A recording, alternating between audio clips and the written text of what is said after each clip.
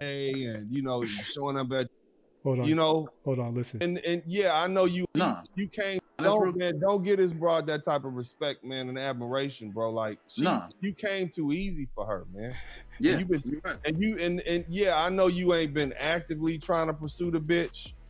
You ain't caking every day, and showing up at the bitch job. I done did all that motherfucking shit. That's why I'm trying to tell you, bro. I write about the shit in my books. I don't give a fuck. You know what I mean? But really, y'all don't know this. Y'all in danger. I'm a threat. I'm a gamble with your life, 'cause you know that it's a bet. It's a bet. You know I ain't letting up. My foot is on your neck. Take my word for it. It's a promise and a threat. Really, y'all don't know this. Y'all in danger. I'm a threat. I'm a gamble with your life, 'cause you know that it's a bet. It's a bet. You know I ain't letting up. My foot is on your neck. Take my word for it. It's a promise and a threat. I ain't never really want to flex my gifts, but I think it's my time.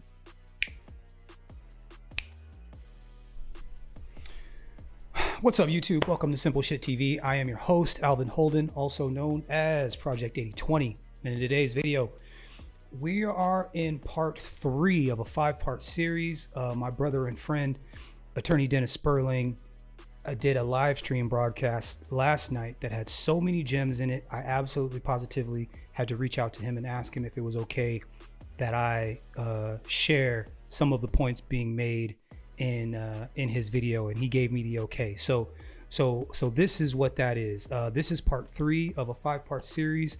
If you like what you hear, go back, watch parts 1 and 2, or hit the next button and hit up 4 and 5. But in this particular video, and look, this is not a relationship channel. This is more of an educational channel that where I'd like to highlight strong black men and empowering black men through education and social and political issues. But the reason why this is so important is because there are so many parallels. I think there are so many people that can relate to what this young man is going through, that I thought that it would be an important message to share. So often in relationships, one-sided relationships, or a relationship where the man is kind of being taken advantage of a little bit, oftentimes you see there's always a gap between the family and the man, or the friends and the man, kind of an unnatural gap, an unnatural separation. And in this particular video, this gentleman is going to speak on it a little bit. So I'm gonna go ahead and let Uncle D break it down. Independent hoe, because you ain't got no kind of sense of attachment. Do y'all share the same friends? Do y'all have like mutual friends? So this is okay. So that situation is a little. Now we don't share the same mutual friends. So it's does this broad know your parents? Have you introduced her to your people? So this is what I'm saying. I'm glad you brought that up. Yeah, I can already tell you. But go ahead. Tell everybody what I already know. Go ahead. So yeah, she's met my peoples, right? You introduced her to your people. Off rip. It was I already know. Yeah, go ahead, bro. And then she introduced me to her brother. That was it. But one of the things that I was thinking on my way home, I was like, yo, I think Brooks is telling, bro, you trying too hard. You basically done introduced it. See, she said, "Oh, I got this nigga now. He done introduced me to his people." You the side nigga. Right. You only introduce your brother. All right, nigga, what's up? Like, yeah, you like the 5th nigga out of. You see what I'm saying? No, that's real. Man, don't get this broad that type of respect, man, and admiration, bro. Like, you came too easy for her, man. Yeah, and yeah, I know you ain't been actively trying to pursue the bitch. You ain't caking every day. I gotta stop. Devin, if you see this, bro, you gotta smoke before you get on camera, or you gotta wait till you smoke after you're on camera. You can't be taking bong rips. Hey, and showing up at. Hold on, listen. And yeah, I know you came. Don't get this broad that type of respect, man, and admiration, bro. Like, you came too easy for her, man. Yeah, and yeah, I know you ain't been actively trying to pursue the bitch. You ain't caking every day, and showing up at the bitch job. I done did all that motherfucking shit. That's why I'm trying to tell you, bro. I write about the shit in my books. I don't give a fuck. You know what I mean? But you deserve better, is what I'm telling you. You deserve better. Like I said, you're a handsome young man. You got your shit straight. You one of these black men who've entered the middle class, man. Don't waste your time on that bitch. That bitch probably. But go ahead, bro. I wanted to hear what you say, and then Devin, if y'all want to add something, go ahead. But go ahead, bro. So, Uncle D, I've been at this new sheriff's department, and I've been working, like I said, 100 hours a day. And I said on my ride home, I was like, damn, Shorty ain't never brought me a plate of food as long as I've been working there. Yeah.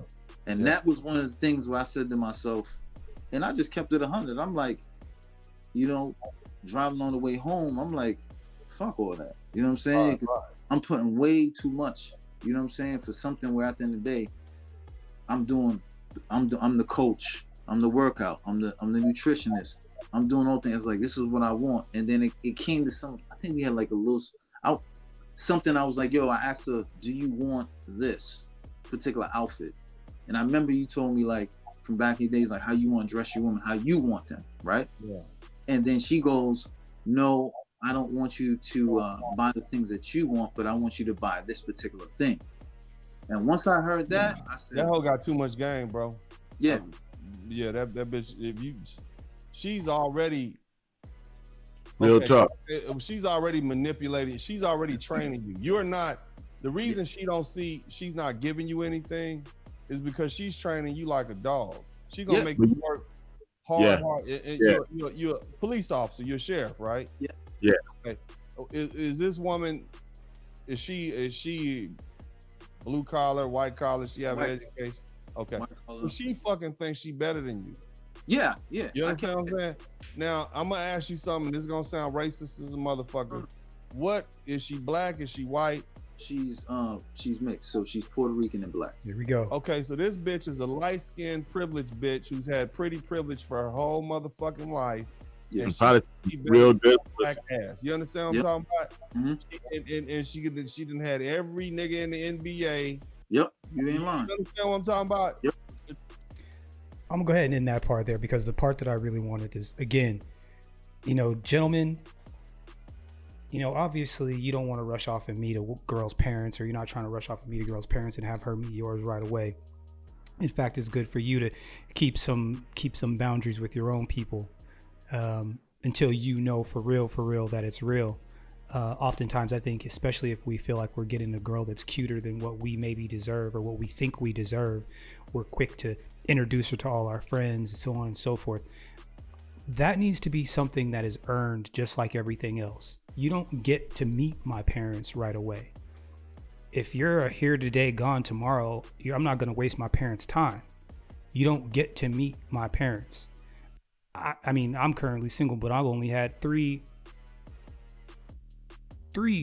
women in my whole life that have actually, two significant others that I actually ever brought around my parents. So that should be, so that's another thing that should be earned when you're talking about being in a relationship. Don't everybody just get to meet your parents. And I mean, same goes for her. But if there's this obvious gap where she's not letting you meet her people, then she doesn't need to meet your people either. And, you know, take that advice if you like. It's entirely up to you. But that's not you bending over backwards trying to shoehorn a woman into your program that doesn't want to necessarily be there, that hasn't reciprocated, is a bad idea. You know, you control the relationship, and until that kind of effort and energy is being shown to you, that's not the kind of energy and effort you should give back. And that's my own personal opinion.